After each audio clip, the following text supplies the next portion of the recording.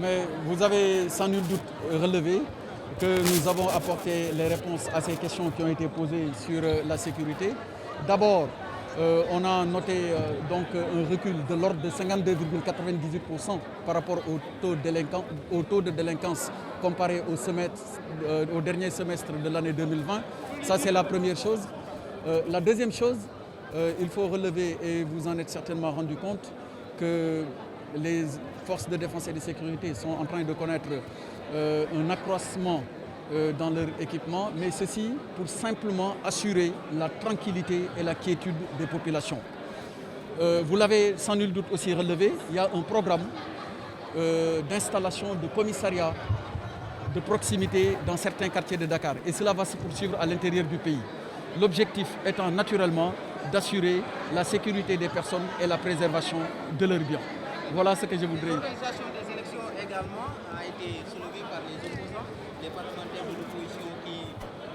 disent qu'ils ne vous font pas confiance par rapport à l'organisation de cette élection. Quelle réponse apportez-vous à cela? Alors, je voudrais vous dire que le Sénégal est un pays de longue tradition démocratique, avec des règles qui sont connues de tout le monde.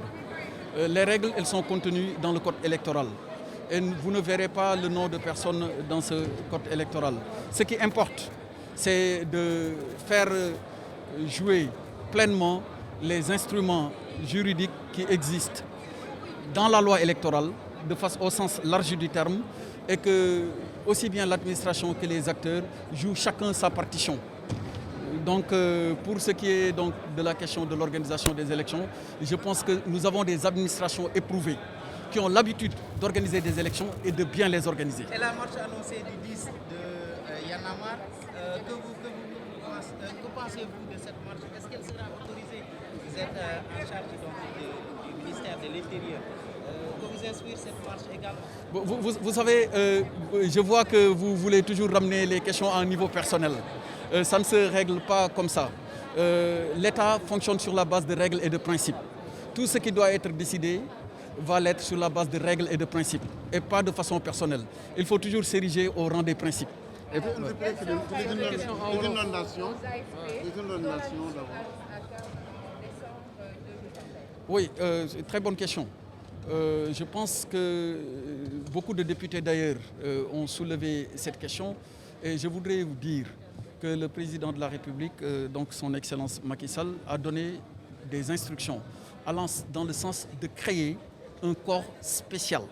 pour la pérennisation du modèle des assistants à la sécurité de proximité. Donc pour répondre plus exactement à votre question, ils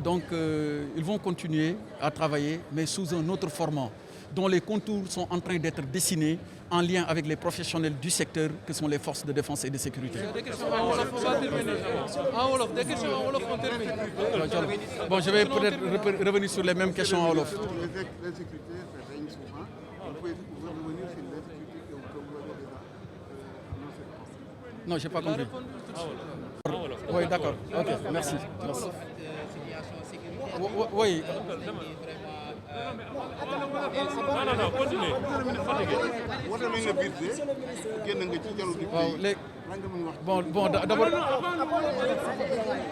Bon, alors je vais répondre aux questions auxquelles j'ai déjà répondu en français. Voilà, donc léegi li ma bëgg a leeral foofu mooy ci wàllu sécurité bi ngay wax si dëkk bi boo seetloo police ak gendarmerie ñi ngi def liggéey bu am solo. Foo dem léegi si réew mi yaa ngi gis ñi ngi ubbi ay commissariat ñi ngi ubbi ay brigade gendarmerie force de défense et de sécurité yi ñi ngi leen di dooleel ndaxte li nga xamante ni mooy rôle état te ci loolu la ñuy taxaw mooy ñëpp am jàmm jàmm nag bokk na ci li koy joxe ñu indi kaaraange bu mat sëkk ci nit ñi ak ci seen moomeel moom la tubaab di wax protection des personnes et préservation de leurs biens ci loolu la ñuy dox parce que ci loolu la ñu son excellence monsieur le président de la république Macky Sall loolu la ñu sant pour ñu def ko te saa su nekk si lañ nekk ma bëggoon leeral foofu tamit nii bu fekkee xayma nañu diggante daaw ak ren li nga xamante ni moo fi jàll ci wàllu sécurité en 2021 bu ñu xayma premier semestre bi ñu comparé ko ak juróom benn weer yi mujj ci atu 2020 dañu gis ni li nga xamante ni mooy insécurité dafa deltu ginnaaw te ci nattukaay bi ci statistiques yi dañu wax ni deltu na ginnaaw ba toll ci 52,98%. am nay gox yoo xamante ni am na attention bu gën a ngand boo xamante ni dinañ ko ci indi gis nga député yi faral nañu di laaj ci wàllu lamb ji ndax soo ñëwee tey arène nationale dañu seetlu ni saa yu lamb tasee léeg-léeg dafay am ay agression ba tax na ay matukaay yu bëri dañ ko ci jël matukaay bi nga xamante ni moo njëkk ci li ñu jël mooy dañ fa indi benn détachement wu GMI boo xamante ni en permanence foofu lañ nekk mais bu loolu jàllee gis nañ ni suñu jëlee lu mel ni dimanche bi weesu mu amoon lamb bu fa am bu rëy mais gendarmerie ak police liggéey nañu ci benn plan boo xamante ni bi lamb ji jeexee rek am na ay patrouille am na ay nit yu doy yu ñu teg ci biir terrain bi ba am na ñu bëggoon a sax def ñaawteef jëmale ko ci nit yi ñu jot leen a jàpp laata ñu koy def ñi nga xamante ni tamit visite nañ leen gis ñu yor ay ngànnaay yoo xam ne dañ ko jëmale ci nit ñi jàpp nañ leen ba jébbal leen yoon ci wàllu sécurité yi loolu mooy li nga xamante ni ci lañ nekk ci wàllu élection yi laaj nga ci léegi ci yenn question yi député yi laaj mais foofu dama bëggoon fàttali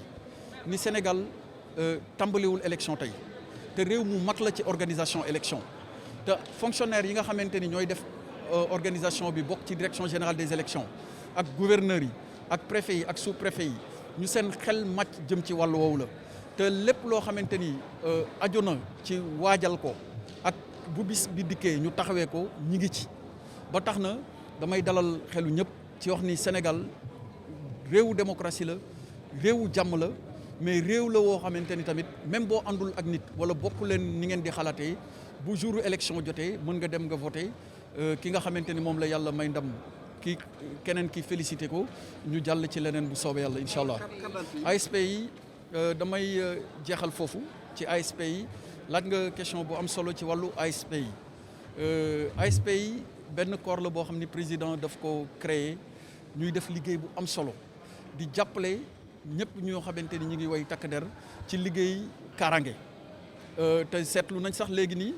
bu weesoo administration publique yi ñu leen doon gis au niveau central dañ leen di gis ci maire yi di leen gis sax si yeneen démembrement au niveau déconcentré de l'État ci gouvernance yi ci préfecture yi ñuy def liggéey bu am solo dëgg la dañu nekk ci benn xeetu régime boo xam ni volontariat la mais président de la République dafa joxe ndigal ci wàllu woowu ndigal bi mu joxe mooy nañu fexe ba xalaat ñu saytu ni mu gën a rafetee ci créer benn corps bu spécial pour pérenniser modèle bi maanaam pour wéyal modèle bi ba mu doon modèle boo xam ni lu sax lay doon du doon lu ñuy def ñaari at wala ñeenti at wala ñu renouveler ko benn yoon rek dal di taxaw ci loolu nag am na liggéey bu am solo boo ci directeur général ASP Birame Faye def jébbal na ma kayit yooyu maa ngi ciy laaj ay xalaat laata ñuy donc retenir ay conclusions pour jébbal ko son excellence monsieur le président de la République Macky Sall comme ni mu ñu ko santé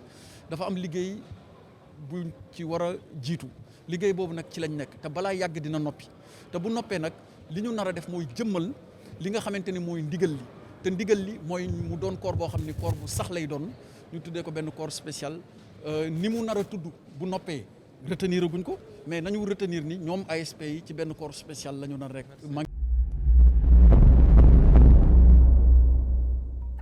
cheetetetet mais yow sawaay yow fu ñu la fekk yaa ngi ci kanamu ordinateur bi wala sa kanamu tablette ba sa téléphone portable lu xew mais damay lire ay information